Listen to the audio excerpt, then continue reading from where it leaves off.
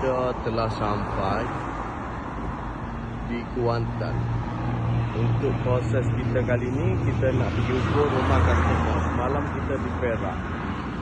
Untuk kita ni nak ukur kabinet dan juga nak buat renovation lah. Okey, ini keadaan di bahagian rumah. Okey, di bahagian luar rumah. So untuk yang ni kita nak proses bahagian dapur dahulu. Okey. Ni dapur dahulu. Okey, lebar dia. Lebar sana 14. So sini buka 35 kaki.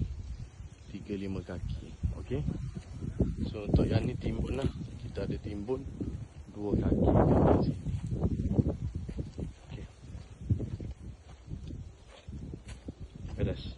So yang ni kena tunggu bila kita proses lah. Yang ni dia ada dalam 10 kaki.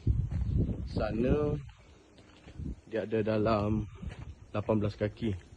Sini buka 18 kaki.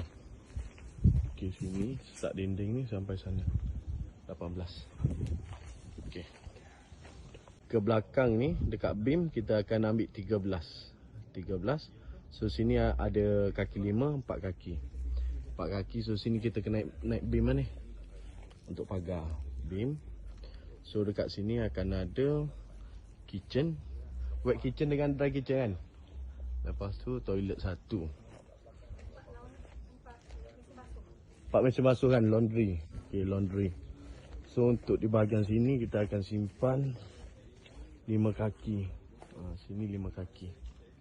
Space untuk ke depan lah. Okey. So untuk yang ni ukuran dia. Okey, kita dah ukur siap-siap lah. Okey, beres.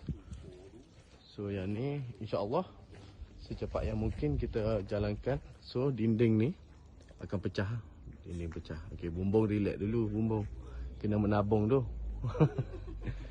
Lepas tu kita kena naik 2 kaki lah tinggi.